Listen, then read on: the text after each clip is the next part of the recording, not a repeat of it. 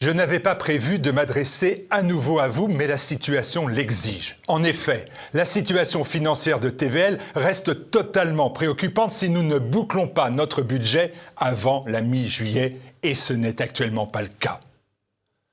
Concrètement, malgré votre mobilisation, il nous manque quoi? 300 personnes qui envoient un don de 100 €. 300 personnes qui envoient un don de 100 €. Voilà l'enjeu. Il n'est pas mince, j'en suis conscient. Et pourtant, cela représente 22 minutes de propagande de France Télévisions avec nos impôts. Je compte sur vous pour répondre à cet appel à l'aide pour votre télévision, celle de vos idées. Retirez-nous cette épine du pied pour nous permettre de repartir d'un bon pas pour les prochains mois à l'avance. Merci.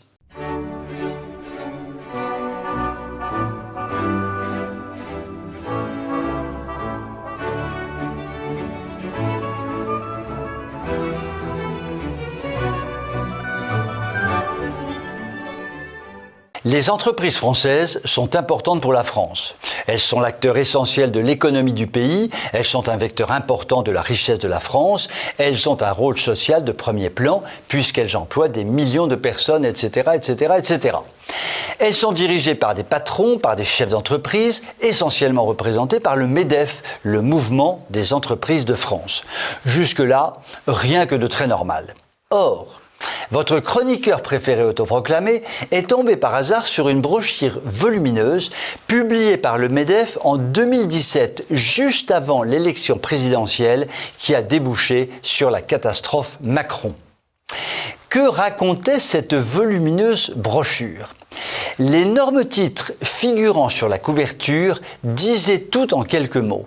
Ce titre était, écoutez-moi bien, mademoiselle, madame, monsieur, ce titre était « Le monde change, changeons la France ». Ainsi, le MEDEF, représentant les patrons des entreprises françaises, proposait de changer la France, ni plus ni moins. Et oui, monsieur, dame et damiselle, ben dame alors, ça décoiffe au MEDEF qui veut changer la France, rien que ça. Malgré tout le respect que j'éprouve pour le patron d'une usine textile de Roubaix, employant 127 personnes, ou pour le patron d'une fabrique de fromage du Tarn-et-Garonne qui en emploie 32, je ne vois pas au nom de quoi ces patrons pourraient avoir la prétention dans leur activité professionnelle de changer la France. Développer leur entreprise, oui. Changer la France, non, ça n'est pas leur travail. Sont-ils pas devenus fous au MEDEF ? En fait, au nom de quoi le MEDEF proclame-t-il sa volonté affichée de changer la France? Tout simplement au nom du mondialisme le plus débridé. Le MEDEF, à l'intérieur duquel le poids des grandes entreprises est considérable, affiche avec un tel titre qu'il faut changer la France de fond en comble pour transformer notre cher vieux pays en région d'un monde unifié, habité par des milliards de consommateurs dressés à consommer à grande échelle les produits standardisés des entreprises mondialisées. Le titre de cette brochure du MEDEF est tout à fait symptomatique de l'état d'esprit des grands patrons français. Il est d'ailleurs tout à fait intéressant de savoir que le MEDEF a fait les yeux doux, tout doux et roudoudou à Macron-Nord pendant la campagne présidentielle de 2017. De façon tout à fait claire, les grands patrons faisaient partie intégrante de la Macronie en marche qui aujourd'hui conduit la France vers l'abîme. Le MEDEF développe donc désormais une idéologie mondialiste fondée sur son Dieu à lui, à savoir la richesse, idéologie tout à fait opposée à tout souverainisme et ne voit plus dans la nation française qu'une vieille relique qu'il faudrait oublier le plus vite possible. Il oublie simplement que les Français savent que la richesse ne consiste pas en la seule accumulation d'euros ou de dollars et ne laisseront sûrement pas mourir la France. Je vous souhaite une très bonne soirée.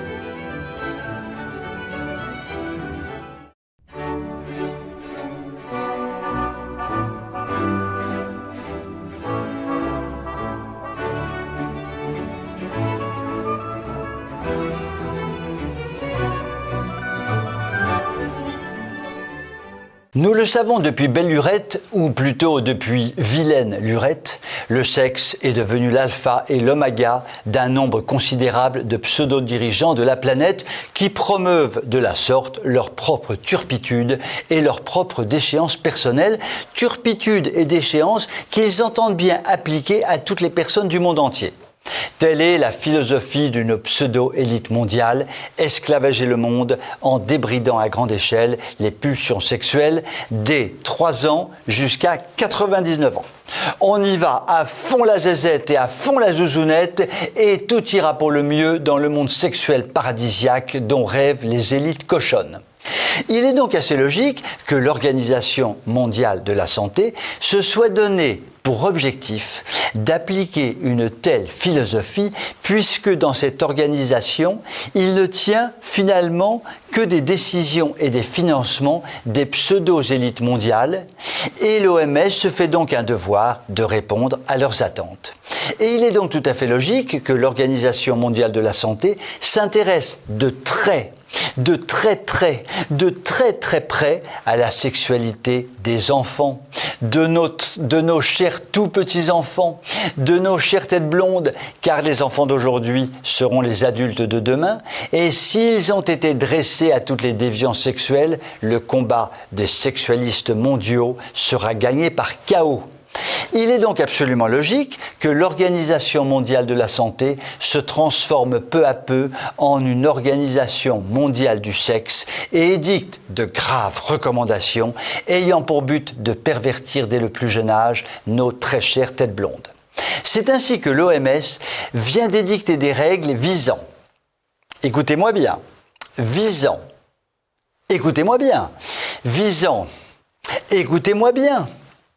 à développer le potentiel sexuel des enfants. C'est vrai quoi, un petit garçon qui joue au train électrique, c'est vraiment momoche, c'est vraiment nul. On ferait mieux de lui apprendre à développer son potentiel sexuel.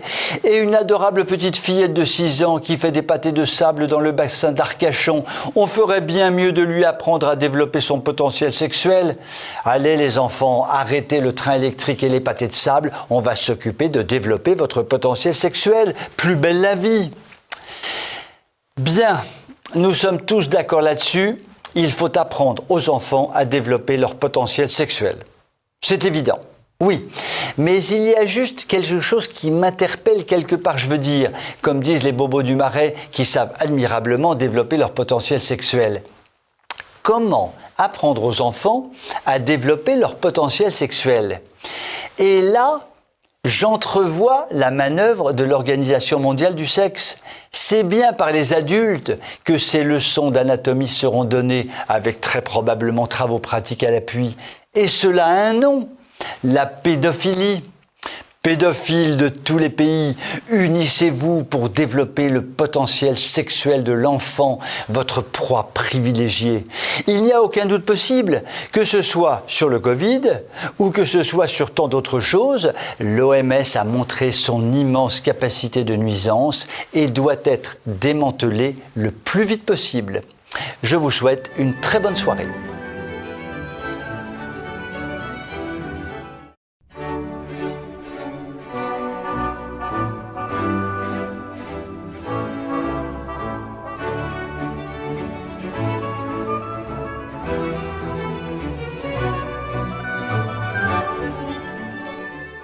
Si la plantureuse Marlène Schiappa-d'Amour a été pendant des années la reine incontestée de nos cœurs d'artichaut, jusqu'à ce qu'elle tombe dans le trou d'une sombre histoire financière, la nouvelle reine nationale est la reine immigration.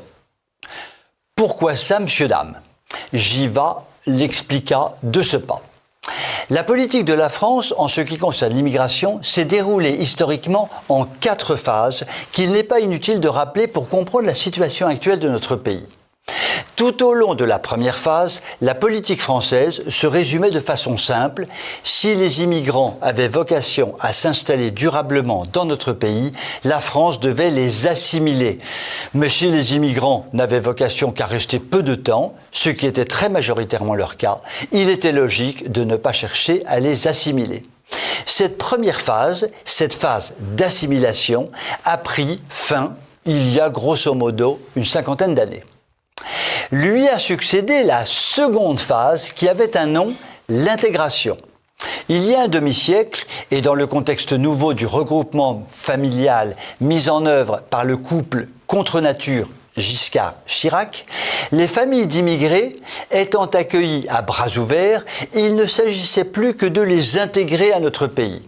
Cela signifiait que les immigrés n'avaient plus à s'assimiler à la culture française et pouvaient vivre selon leurs traditions, à condition que celle-ci ne s'oppose pas frontalement à la culture et au droit français. Durant cette seconde phase, cette phase dite d'intégration, s'est donc développé un communautarisme coupant chaque année davantage les immigrés de la population de souche. La troisième phase a démarré sous le règne de François Mitterrand et avait un nom, l'accueil à bras ouverts. Plus question d'assimiler évidemment, plus question d'intégrer évidemment, ce fut la phase de l'accueillitude, comme aurait dit la Ségolène royale. 3 maîtres mots et pas un de plus. Accueillir, accueillir, accueillir. Dans ces conditions, nous avons pu assister à une exacerbation du communautarisme des populations immigrées, tout à fait heureuses du système social français, dont elles bénéficient à plein régime, mais devenant au fil du temps de plus en plus hostiles aux Français de souche. La quatrième phase a démarré sous le règne de François Hollande et connaît depuis quelques années une accélération vertigineuse. Il s'agit de la phase de la soumission des Français de souche aux populations immigrées dont les droits priment désormais sur les droits des Français de souche et qui désormais ont tous les droits dont celui d'exprimer publiquement leur haine des Français. L'analyse scientifique est donc rigoureuse des mesures politiques et sociales, des mesures juridiques, des mesures éducatives et j'en passe, révèle que la France tout entière se couche totalement devant ce qu'elle considère comme un fait historique définitif, la prise du pouvoir général des populations immigrées en France autour de la moitié du XXIe siècle. Nous sommes entrés dans l'ère de la soumissitude, toujours pour parler comme la Ségo. Pourtant, un gros caillou est en train de se glisser dans la chaussure des immigrationnistes de tout poil. Les 3/4 des Français manifestent désormais une grande inquiétude concernant l'arrivée massive d'immigrés sur leur sol. Même le parti Les Républicains semble vouloir se saisir du sujet, ce qui n'est pas peu dire. La mécanique redoutable de la subversion migratoire semble être impossible à stopper. Désormais, il semble qu'un coup d'arrêt puisse être envisagé à relativement brève échéance. Il n'est pas utopique de penser que l'assimilation retrouve ses lettres de noblesse et que l'on revienne donc à la case départ en ce qui concerne la politique française en matière d'immigration. Cela sera sans doute trop tard, mais mieux vaut tard que jamais. Je vous souhaite une très bonne soirée.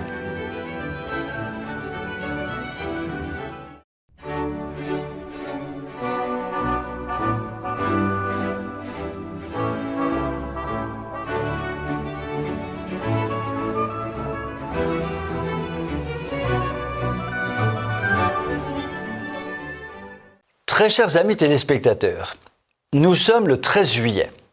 À la veille du 14 juillet, jour de la fête nationale, la fête nat. Et en ce 13 juillet, veille du 14 juillet, je vais vous faire une déclaration ébouriffante qui devrait vous mettre en joie. Je vais prendre quelques vacances avec votre permission et je ne reviendrai chroniquer que dans quelques semaines et peut-être même au début de l'automne seulement, car des contraintes non prévues vont m'obliger à vous abandonner honteusement. Cela dit, tante Gertrude en est totalement persuadée. Savoir que votre chroniqueur préféré autoproclamé va vous abandonner quelque temps va vous mettre dans une joie intense, profonde, merveilleuse, idyllique. Du coup, vous allez passer un bien meilleur été, un été de rêve. Vous allez me demander, parce que vous êtes particulièrement intelligent, oui mais toi, le chroniqueur préféré autoproclamé, comment vas-tu vivre ce petit temps de séparation? Eh bien, je vous le dis comme je le pense et je le pense comme je vous le dis, je vais être très triste, tout tristounet, tristouneton de la tristounette, car vous abandonner pendant un certain temps est un vrai déchirement. Alors que je suis tellement heureux de participer à la formidable aventure de TV Liberté, alors que je trouve tellement exceptionnel le personnel de cette télévision, qu'il s'agisse de Philippe, Martial, Arnaud, ou des journalistes Élise, Olivier, Renaud, Pierre, ou des personnes de la production Raphaël, Marine, Gilda, Boris, et je ne peux tous les citer. En clair, la totalité du personnel. Alors que je me régale tous les soirs en lisant vos commentaires si pertinents, alors que cette télévision de la résistance, avec un R majuscule, est véritablement enthousiasmante, me mettre quelques semaines ou quelques mois entre parenthèses est pour moi un véritable déchirement. D'ailleurs, pour tenir le choc, je vais me mettre en relation avec Pierre Palmade pour qu'il puisse me fournir de la farine écologique, une vraie farine blanche, comme on l'aime, du genre Francine Coquine, pour me remonter mon petit moral défaillant. Et je voudrais vous dire ce soir que j'ai vraiment une immense admiration pour cette superbe communauté de TV Liberté et ses presque 700 000 abonnés YouTube. Vous êtes une communauté authentiquement résistante et que vous soyez de droite ou de gauche, que vous soyez chrétien ou que vous ne le soyez pas, que vous soyez homme ou femme, que vous soyez jeune ou moins jeune, vous êtes d'authentiques résistants.